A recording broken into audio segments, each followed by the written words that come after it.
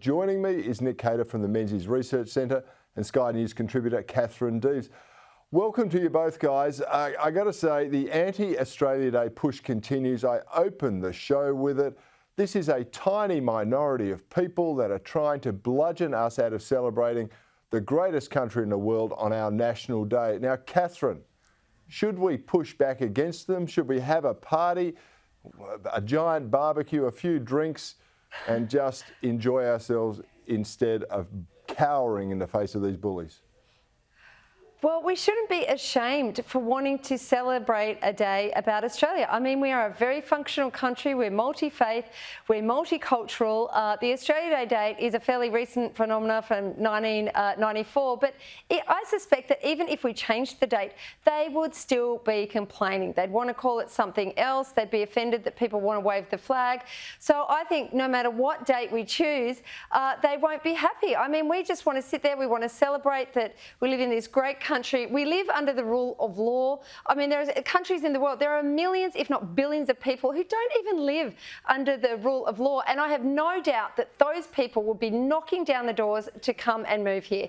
We should be able to celebrate Australia Day. And, you know, if the date's so offensive, let's pick another one, but let's also make sure that they don't steal Australia Day away from us altogether.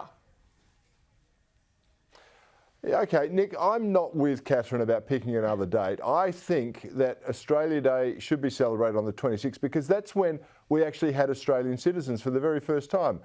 We could issue Australian passports decades and decades ago. And now we can't even buy flags in Kmart because apparently it's so offensive. Should we keep the date? Should we fight back against these woke warriors?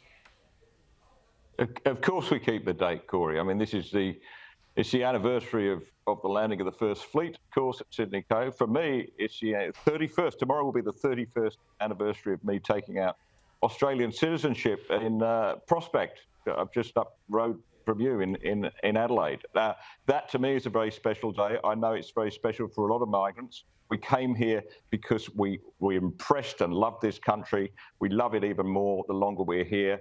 And I, for one, will be celebrating big time.